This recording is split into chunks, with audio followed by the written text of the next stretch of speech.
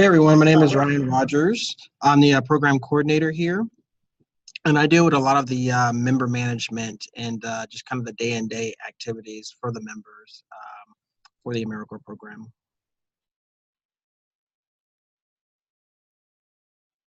Hi guys, I'm Carly Bonson, also a program coordinator here at Iowa Campus Compact, and I am helping with the ICAP program and the Summer Reading Corps program.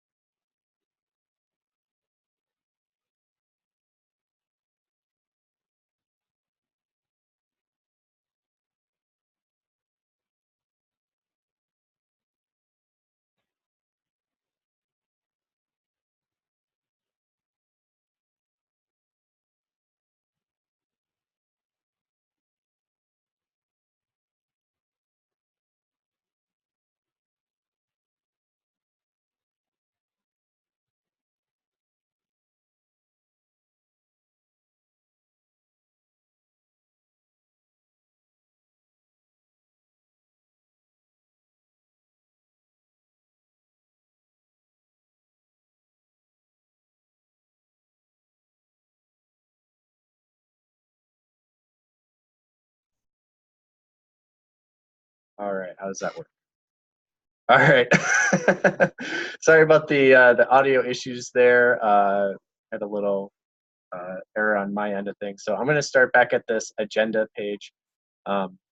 So today we're going to walk through the background of the program, some of the deadlines, the selection process, obligations of agencies, host sites, and also individuals participating in the program. We'll talk about the overall program design, position description specifically, because that's a pretty big component of the application process. And then we'll briefly mention performance measures, and then we'll walk through the host site application. If you have questions at any point, you're welcome to speak up throughout it. You're also welcome to put things into the chat box. I do have my chat box screen open, so I can certainly respond to those questions as they pop up. So who is Iowa Campus Compact? So we are a nonprofit located in Des Moines, and we serve the entire state of Iowa. Our mission is to strengthen the capacity of colleges and universities to prepare all students to become engaged citizens. And our vision is through the strength of our coalition, which is higher education institutions in the state of Iowa. We are a membership organizations where we work with colleges and universities. That includes 2 community colleges, all 3 regions, and a lot of the private colleges in the state of Iowa. But back to the vision statement, our coalition provides leaderships for the civic mission of higher education. Also say within that coalition, we also do include nonprofit partners who partner with higher education and see a lot of value in that and being able to support, being able to find support of higher education as well as to support higher education institutions in their local communities. The Corporation for National and Community Service, they are the funder of this program. So they are a federal agency located in Washington, D.C. Obviously, they serve the entire United States, and their mission is to improve lives, strengthen communities, and foster civic engagement through service and volunteering. And I think the big message here is, this is the federal agency that funds us, and so as such, this is a federal grant, and so there are a lot of rules and regulations and requirements that come along with it. But I would say for Iowa Campus Compact, one thing we pride ourselves on is our ability to kind of help you navigate those, and also knowing that we take on a lot of the administration of this program just to kind of support you throughout the process. The Iowa Commission for Volunteer Service is located here in the state of Iowa in Des Moines as well, and they are the direct funder of this program, so they're the ones that are actually providing Iowa Campus Compact with the funding for it. They receive funding from the federal government down to the state and then down to us, and then obviously out to all of you. And their mission is to improve lives, strengthen communities, and foster civic engagement through service and volunteering. And they're a great partner for this program, and truly enjoy working with both of those agencies. But back to the background of this program, kind of where did it come from? What's Iowa Campus Compact's interest in this program? The Summer Reading Corps, this is an AmeriCorps program for agencies seeking to expand or deepen their summer reading programs.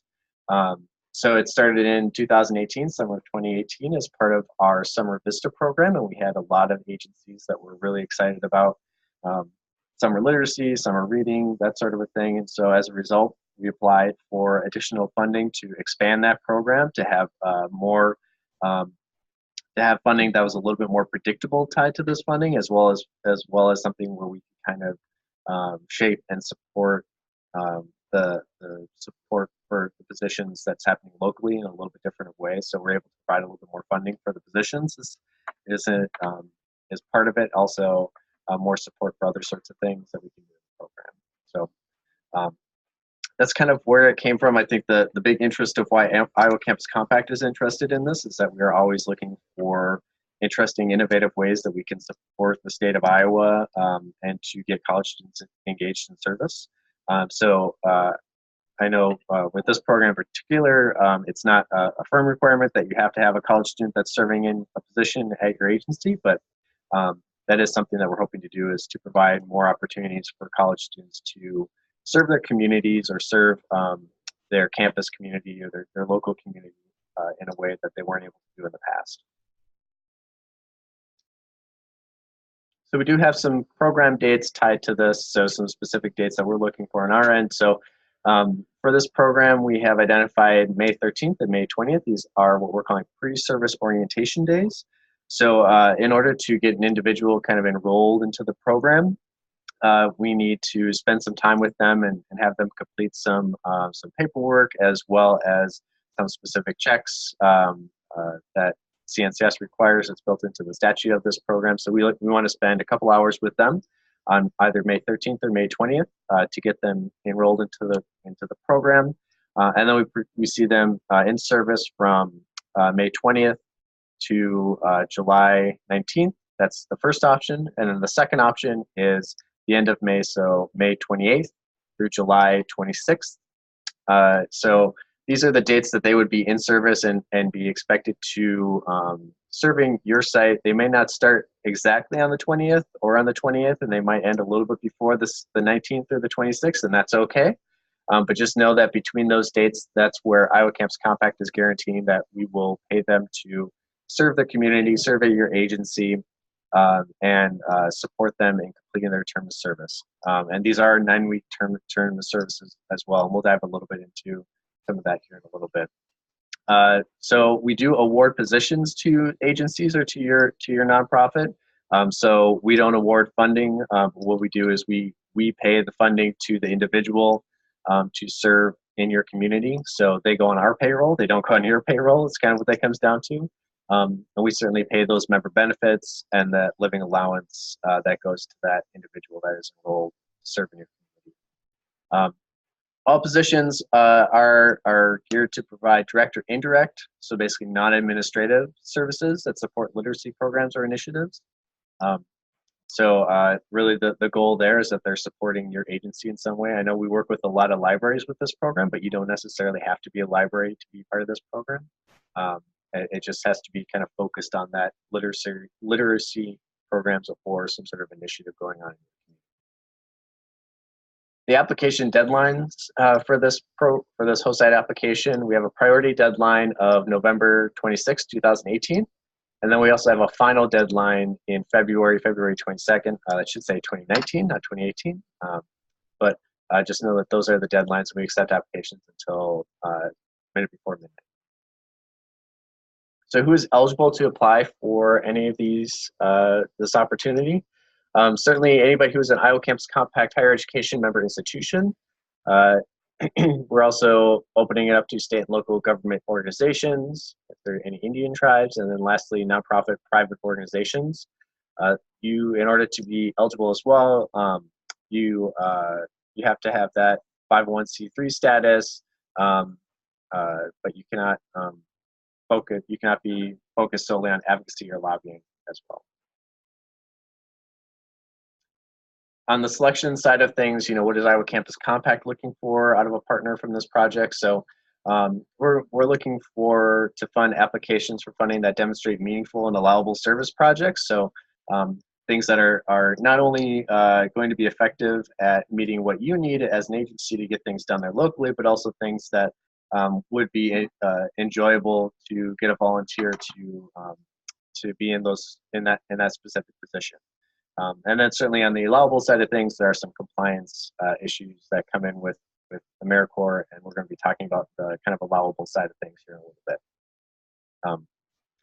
We will and we may request additional information from applicant organizations if your request includes an unusually large number of positions. Typically for us, that's 6 or more. You may have a very good reason for having 6 or more, and that's perfectly okay. But just know that we're probably going to ask if it's not entirely clear why you're requesting 6 or more. An unusual or unallowable method to contributing to the in-kind match goal. So if after reviewing your application, we're like, well, it doesn't really add up, and that's something that we can't really accept, we might come back to you and talk to you about that. And then lastly, you've identified performance measures that don't really have a logical connection to your proposed member service activities.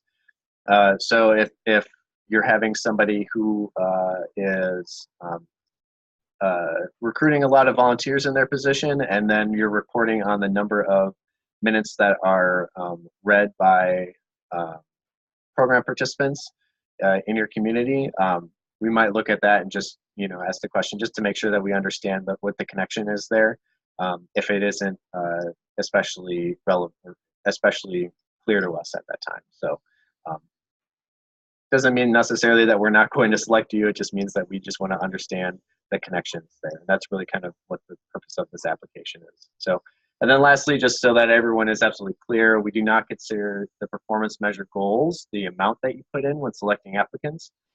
So if you put in 1, or if you put in 100,000 or something bigger than that, really, that's great. The number that you put in there is really indicative of what your community is and the reach that your organization has and the kind of program that you have overall. And really what we're just interested in is the logical connection between everything. Does it make sense that that the performance measures connect with what you want the AmeriCorps member to be doing for your community? So on the side of obligations, we're going to talk about obligations for the host site, so for your agency, as well as for members who are enrolled into the program. On the host side of things, the things that we're kind of asking at a very basic level is certainly the ability to direct the project, to have some kind of vision of what the project is going to look like there locally, and then provide that support. Obviously, supervise the AmeriCorps members, meeting with them regularly, responding to questions or concerns that they might have, making sure that they have a good understanding of what you want them to be doing there locally. And then obviously developing a position description that describes those member duties. This is pretty unique to AmeriCorps in that position descriptions are almost like an agreement or a contract in some ways, and so they do have to have a certain level of specificity to them. And it's also kind of the plan that the AmeriCorps member is going to implement when they are actively serving at your agency.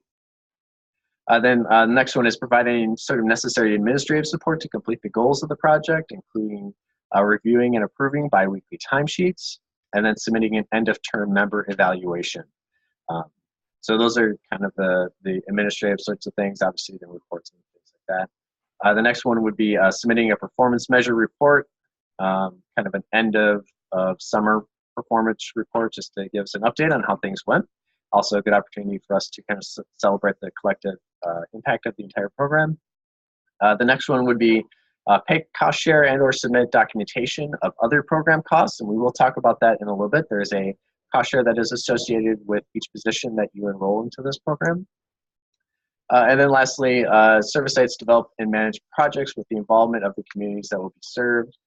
So the beneficiary of anybody from this program are the community members. So it's not just your agency, it's also the individuals that you're serving.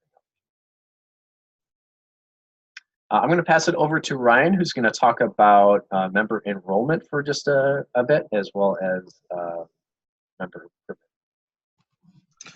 Cool. So there are some criteria for an individual to be enrolled into the AmeriCorps position. So you see the three there on the screen. So the member must be a United States citizen or a legal permanent resident of the United States and at least 17 years of age. They must pass all three criminal history checks. So we run a sex offender check, a state of Iowa check, as well as a FBI heightened check. And this is a fingerprint check that we'll do on members as they're actually being enrolled in the program. So that will happen during that pre-service orientation that Justin mentioned earlier. And the member must have obtained a high school diploma, GED, or working to obtain these during their term of service. And at the very end there, Justin mentioned this, it's not a requirement, but we definitely ask host sites to give priority to currently enrolled college students at Iowa Campus Compact member institutions. And then just some further kind of enrollment documents and procedures that we go through. So the member is going to serve a minimum of 300 hours over 9 weeks. So this equates out to about 34 hours per week for the individual that you'll have.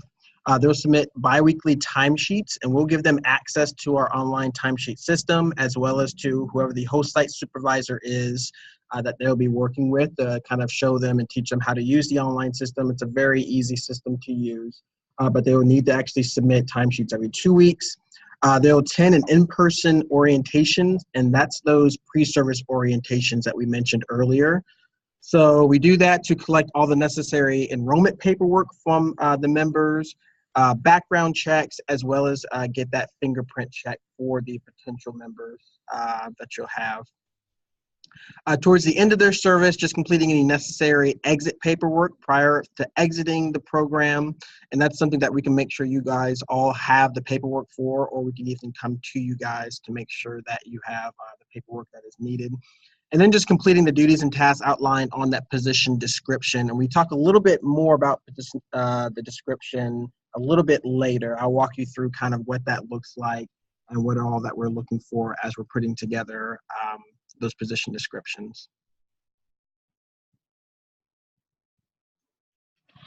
Awesome. All right. Awesome. Thanks, Ryan. So there's a question in the chat box about recruitment, who advertises the position, and does that come from an agency? We'll talk about that more here in a little bit. And I will say that kind of broadly to answer your question right now is that we tend to take an approach of what works best for your organization and what was the type of support that you need. I say that because we work with anything from volunteer-run organizations who have a budget of less than $25,000 annually, and obviously need a lot of support in that area. But then we also work with large state universities who have their own HR systems, and it doesn't make sense for us to post, to advertise positions for them. So it depends. It depends on really what it is that you want and what you need. So, but we'll talk about more about that here in a little bit when we get to the end about filling out the actual application. But obligations for the financial side of this. So this is a grant that we receive, again, from the state of Iowa for this AmeriCorps program, and it does have a match requirement that's tied to it. So that's why we ask for you to contribute some contribute financially to the program to help us reach that overall match goal. So kind of our idea is that if everybody gives a little bit, then we get a lot, and then we're able to meet the overall match goal for the grant. So kind of the program design that we have proposed right here is that all host sites are required to pay $250 for each summer reading corps member that they enroll into the program. So once we confirm that member is going to be enrolled into the program, then we'll send you that invoice. We're not going to send it to you right away, but obviously after you enroll those individuals into the program. Cost share payments are not going to be returned or prorated under any circumstances because that goes towards our overall match for the program.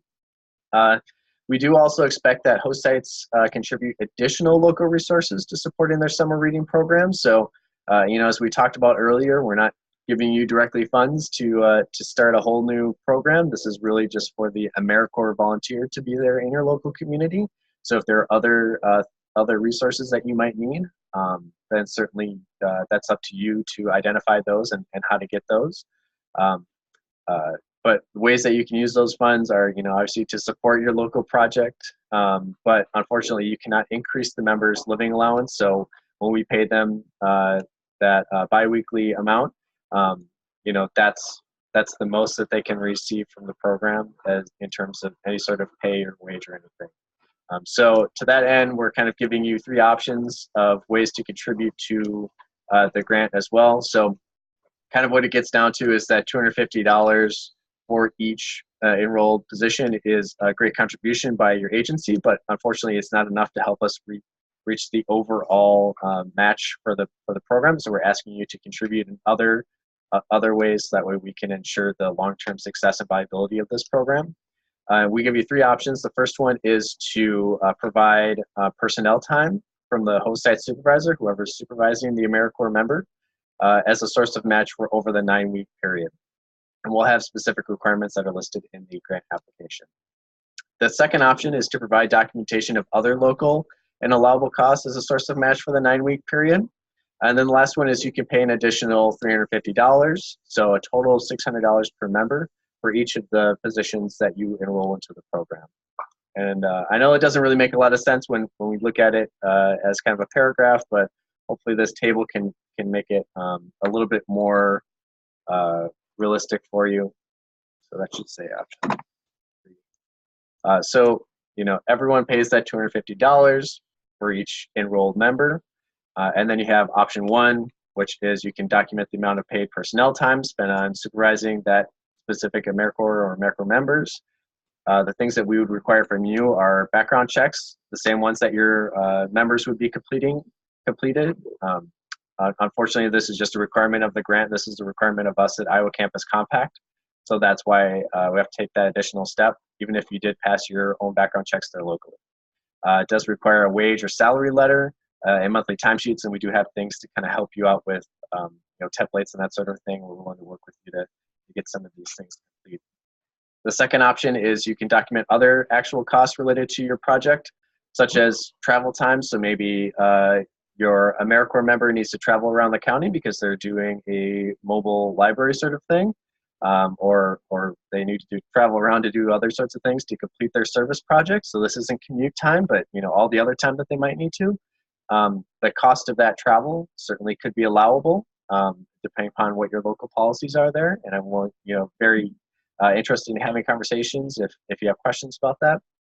Maybe you're purchasing supplies specific for your program, and then all you have to do is just kind of provide me with a copy of the receipt and say, I bought all these books, I bought all these supplies that was specific for my summer program that my member was working on, and then that's kind of it.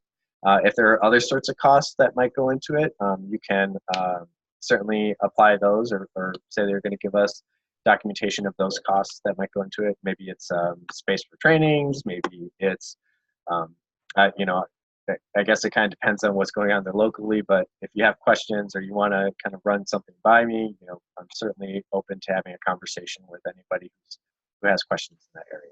And then the third option is let's say you just want to pay an additional that additional $350 per enrolled member. So the new total is $600 enrolled for each member that's enrolled into the program. You certainly are able to do that rather than spending staff time kind of documenting personnel time, filling out timesheets, or sending in receipts or other sorts of things. So that is an option that is on the table as well.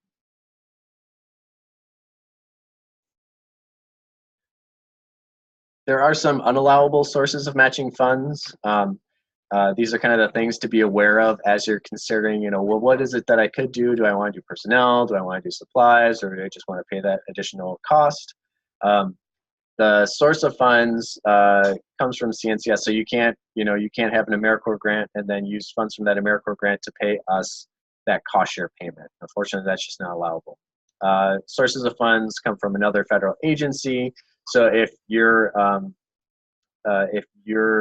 staff member and you want to contribute your time to the grant, and you're paid by a federal agency, there's a chance that that might not be allowable. There are some exceptions to it, and I think that's a good conversation for us to have just to make sure that everything is okay. Again, related to travel time, things like commute time, gas cards, gas receipts, those sorts of things are not allowable. That has to be actual time that's traveled, and so that's why things like gas cards and commute time doesn't really apply to that specific matching area. And then anything related to supplies such as food costs or costs incurred prior to when the positions start or even after the position, and things like gift cards are just not allowable. And then there is a fuller list in the application instructions that describes it in more detail. So the types of positions that we have what we're calling a summer part-time position. So they serve 300 hours over 9 weeks, about 33 hours a week. That's kind of the minimum number of hours that they would have to serve, the individual would have to serve to get to that 300 hours. They're certainly welcome to serve more hours than that to get to that 300 hours. And it's really important to know that in order for that individual to get one of their benefits, which is an education award that they can use towards college expenses, including tuition or other sorts of things, that they have to get to that 300 hours. Now, there are a bunch of different ways that they can get to those 300 hours. They can certainly spend most of their time serving directly in your community, but they can also complete a lot of trainings while they're doing that, which is a pretty popular way for students or individuals to get to that 300 hours. So up to about 60 hours of that can be training, whether it's the trainings that you provide or it can be other sorts of training and professional development opportunities that they can do outside of it. And just as a reminder, what are the start date options? We're looking at having someone officially start on our payroll from May 20th through July 19th is the first option, and the second option is that May 28th through July 26th. So here is an overview of what the Summer Reading Corps member benefits are. So living stipend paid out bi-monthly from Iowa Western Community College. So they are Iowa Campus Compact's fiscal hosts. So they handle all of our HR needs and everything like that. So the specific AmeriCorps member is going to receive $2,450 over the 9 calendar weeks. They will obviously receive any sort of additional professional development and networking opportunities. That's one thing that Iowa Campus Compact really pride ourselves in, is our ability to provide professional development and training to all of our AmeriCorps members. And that's certainly something that we want to extend to our Summer Reading Corps folks as well. They will receive that education award, which is valued at about $1,200. They are eligible to take forbearance on all of their qualified student loans over the summer, which they may or may not be interested. And then lastly, because they are in a full-time position, they can receive childcare benefits through another agency. But that's not something that we manage or anything like that. We just kind of certify that, yes, they are serving in a full-time capacity within our program. For the program design, what is the kind of the overall things that we're trying to accomplish with this program? So the 3 things that we're really trying to do, the 3 kind of folks that we're trying to affect are in beneficiaries within your local community is certainly to improve literacy, improve academic performance. In agencies such as your own is to increase your capacity to serve more beneficiaries or to serve your beneficiaries more effectively, so to better serve those beneficiaries. And lastly, to provide a greater awareness of your organization and the programs that you provide in the community. And lastly, in our volunteers and our AmeriCorps volunteers is to have them increase their understanding of social issues around literacy. Maybe they're more likely then to also take action on issues around literacy. And then lastly, perhaps even more likely still, to encourage others to take action. So these are what we view as our kind of long-term program outcomes. These aren't the things necessarily that we're asking you to report on. I know around the area of around improved academic performance and improved literacy, it's really hard to do that with just a 9-week summer program. But those are the things that we're kind of pointing to, not necessarily the things that we're measuring.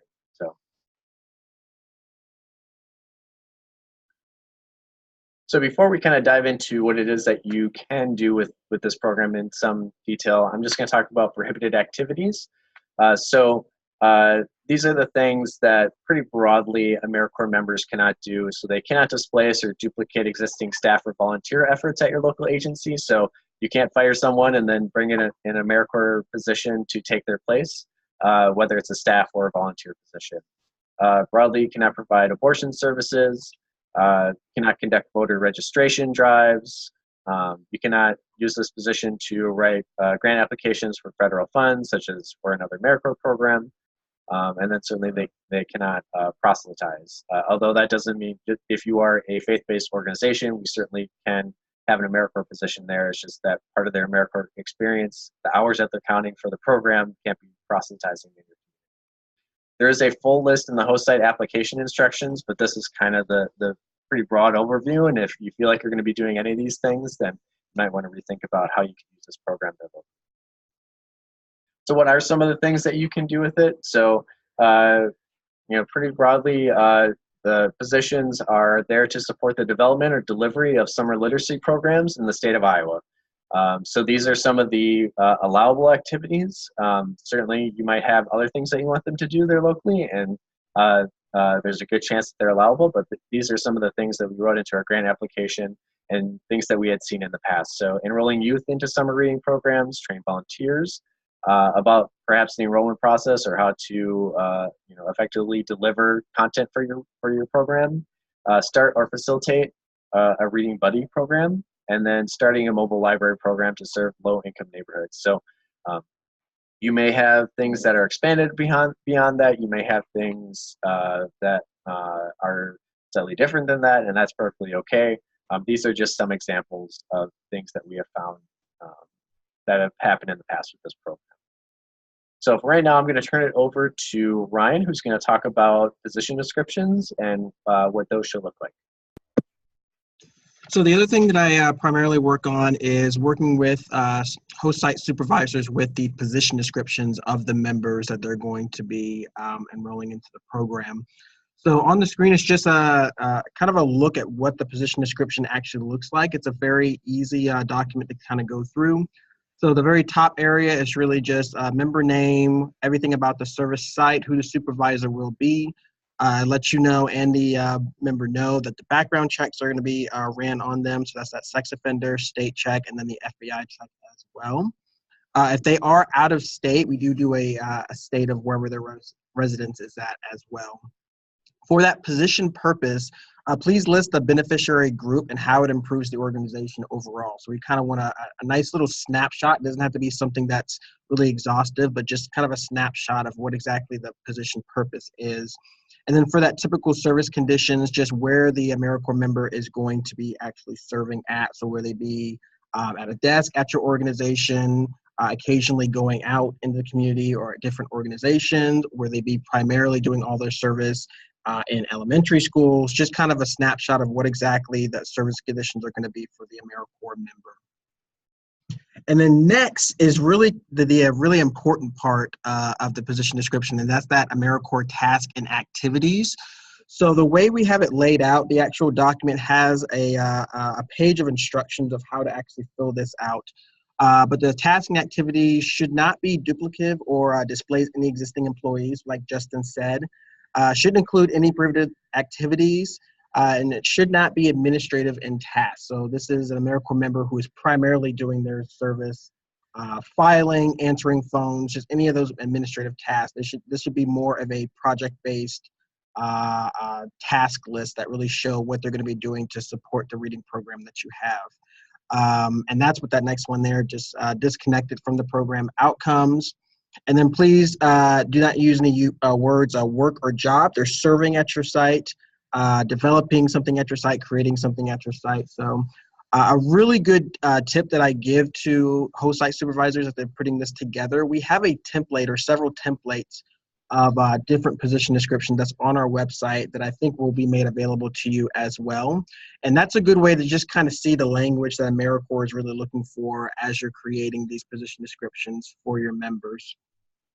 But just making sure the tasks and activities are clearly described. They're very specific to the member's position itself, and please don't use any acronyms or abbreviations in any of the tasks or the activities that you describe. And the very last section there is just the service schedule. So the very specific schedule of the member. So what hours will they be doing? Please include any important events or federal holidays that they might be serving as well, or if they're not going to be serving on those days as well.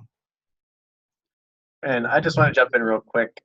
You know, the guidelines that we give around this are they're pretty in-depth with this, and one of the things I'll just mention is that as you're going ahead and putting this together, we expect what would be a near final version of your position description when you put it on your application. So we'll certainly go through and review it for, you know, if you write work or you write job, that doesn't mean that you're not going to be selected for as a host site for the program.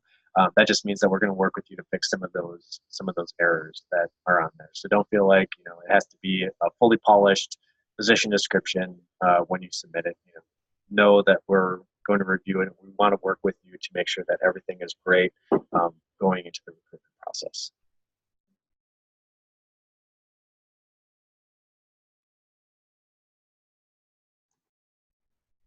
So the next section is on performance measures. And we have outputs and outcomes listed there. And these are from a study that I found of kind of some suggested performance measures that any sort of summer program focused on literacy could use to measure their overall effectiveness. These are the outputs that they have listed as individuals registering for that program. That all of these includes children, teens, or adults. So it does kind of include the broad spectrum of individuals. We're not just focused on one particular beneficiary group, if you will. The second one is the number of individuals who are attending your program events. The next one is total attendance of summer reading programs, so overall attendance to your specific program.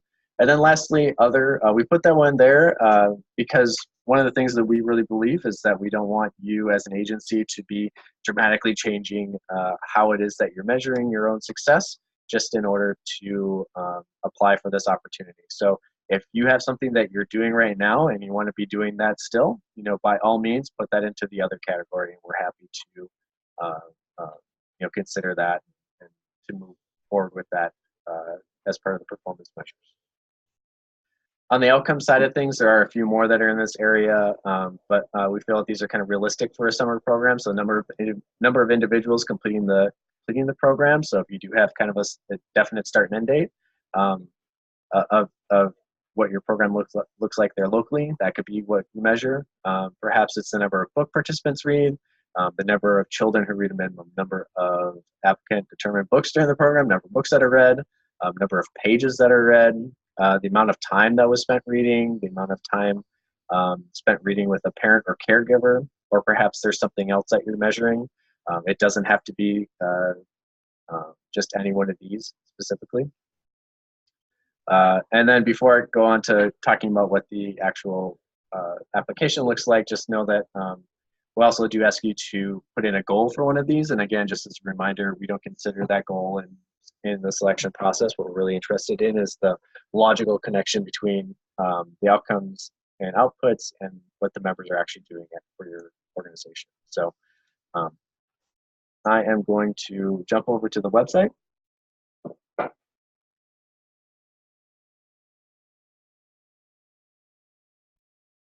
Just to kind of show you what it looks like. So this is the Iowa Campus Compact website to find the Summer Reading Corps page. So when you're on our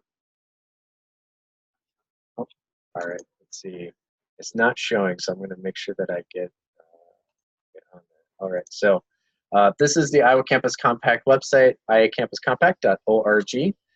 And so when you're here to find the Summer Reading Corps, you can go under what we do, build capacity, and then Summer Reading Corps. You can also use the search option to get there. We will send this link out. I'll put it here in the chat box right now, and then obviously we'll send you an email with it after the call has ended as well. But this is what the page looks like. We have links to the application instructions as well as the online form. The application instructions, if there are relevant updates to it, then certainly we will update it and make note of those updates on here. We will also post the recording of this technical assistance call here, as well as a link to the slides, so that way you have those things available to you. This does have some information about eligibility and that sort of things, as well as link to files. That position description template that we talked about earlier, that's right here. You can also find all the guidelines that are for it. And then we do have an example position description. So if you're kind of scratching your head of like, well, what does it actually look like?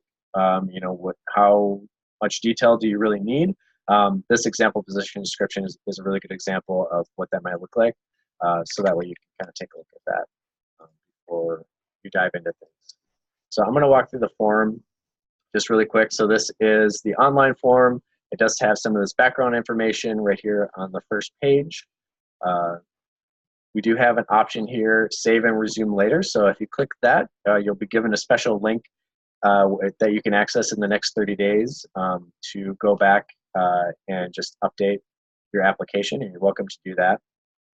I do recommend, though, just broadly, whenever you're filling out an online form like this, that you should kind of save it somewhere else, so maybe in a Word document or something else, so that way you aren't solely relying on just the system to input everything.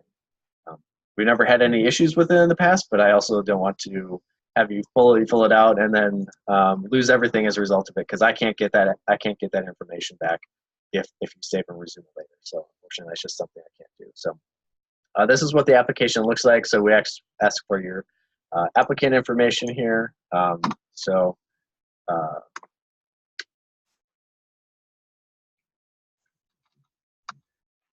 have to enter in all of my information. Oops.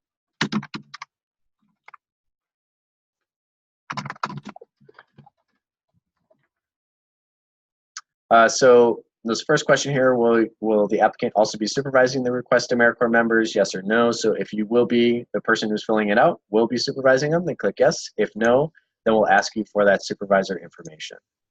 You can always change that later on, but just know that that is something that is that we're looking for.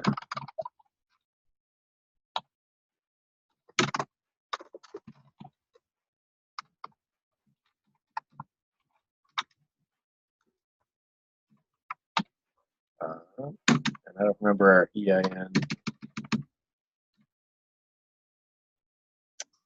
So then on the actual application page, you can tell us the number of requested members. Obviously, it has to be a whole number. And then you can attach the relevant position descriptions. If you have more than one position description, there's 2 spots here that you can put into there. If you have even more than that, if it's possible to merge them all into one file, you're welcome to do that. Otherwise, you can also send them via email to myself, and I'll make sure that my email address is listed down here so that we have that option that's available to you. And then we also want to know your desired start date. It's our goal to help you get to that one as best as we possibly can, but just know that a lot of that is also based upon what actually happens with recruitment. So, shoot, I forgot I have all this saved on here. So I'm just going to go back to the application instructions here, because that also has all this information in there, but just laid out in an easier to read format. And it's all the way at the bottom of the application instructions of what the actual application looks like. So we filled out the first part of the application. We've set the number of requested positions, members. We've attached our position descriptions. We've clicked our desired member start date. And then we get to the performance measures section. And then this is where we have the list of selected outputs, and we're going to ask you to also provide us with a goal for that particular selected output. Again, it can be one of the ones that we have listed, or it can be one that you have that you want to do there locally. And then in the outcomes section, we have our whole list of outcomes that you can use to measure. Otherwise, you can also click Other. And then please list a goal for a selected outcome, and then you provide a goal that you think is reasonable for that.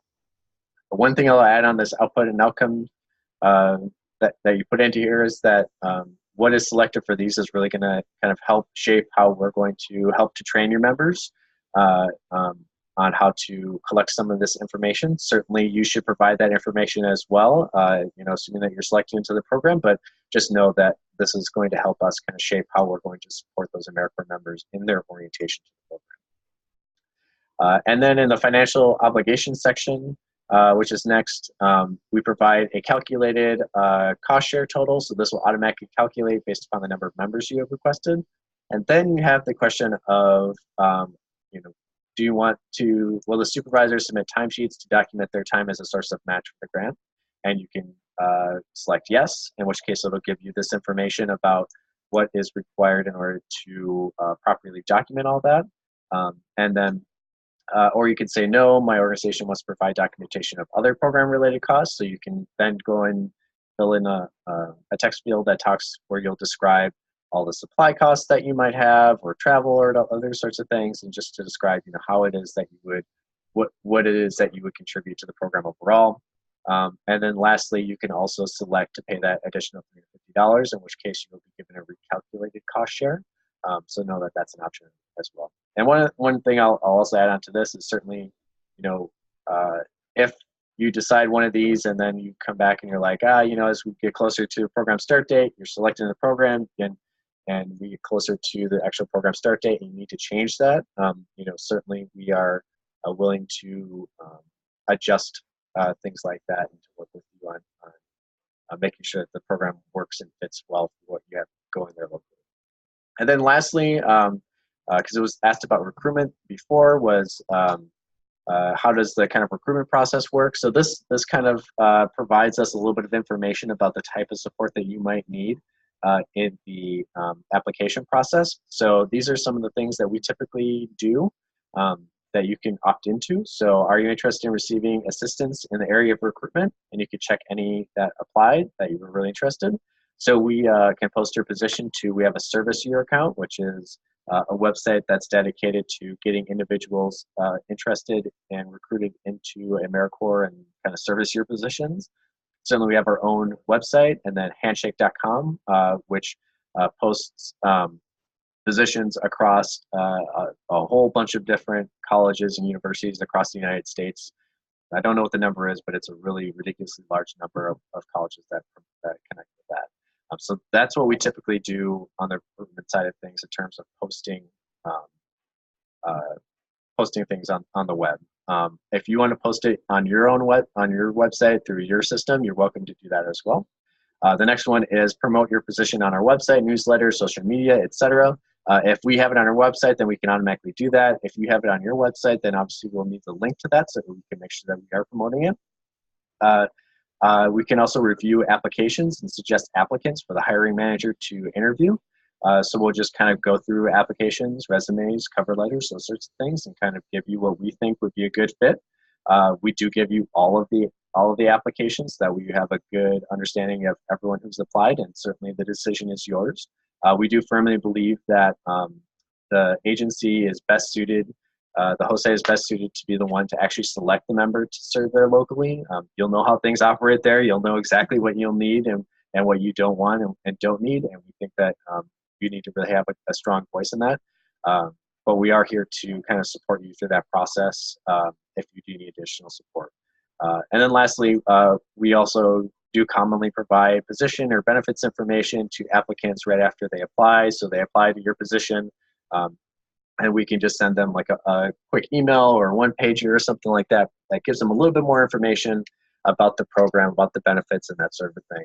One of the reasons why we do that is that we often find that individuals who apply for AmeriCorps positions don't often have a full understanding of what AmeriCorps is, and we want to provide them with that information right away so that way they understand what it is. So making sure that they know that, hey, this is just a 9-week position.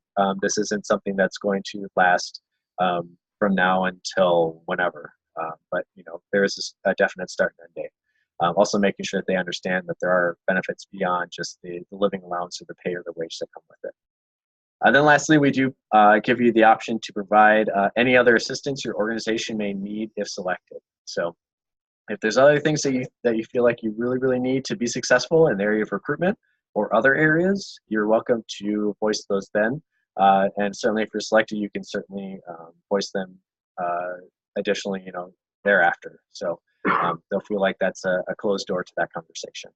A couple things you'll notice that aren't in here. So we don't have like a big needs section. We don't have a big intervention section. We don't have a lot of narratives that are in this. In a lot of the ways what this is kind of preparing you to understand what the program is and how you can use the program. We really do want you to just focus most of your time on this position description, because ultimately that's the work that needs to get done, and that's the most critical part there to the entire AmeriCorps experience, is making sure that you have a good plan going into how you use that position. So, with that said, that's all that I have for content. I'm going to go back to the slides, but if anybody has any questions, feel free to put them in the chat box. Feel free to unmute yourself.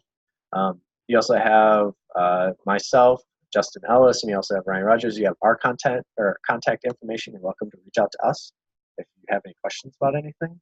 So I'll kind of open the floor right now. And Ryan or Carly, if you want to jump in, if there's anything that I glaringly overlooked, feel free to jump in.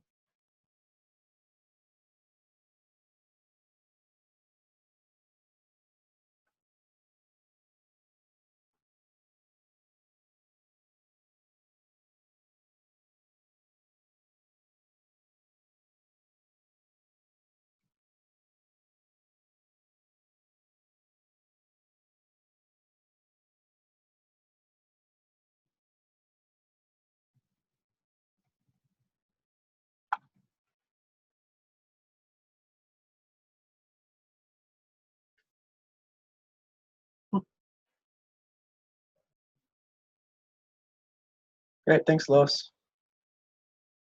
Thanks, Sue. And I will also mention, don't feel that this is a close to the conversation. You are more than welcome to contact us, email us, give us a phone call at any time to talk through any questions or concerns that you might have. So that way we can really make sure that everybody understands what's going on. So we're more than happy to have additional conversation.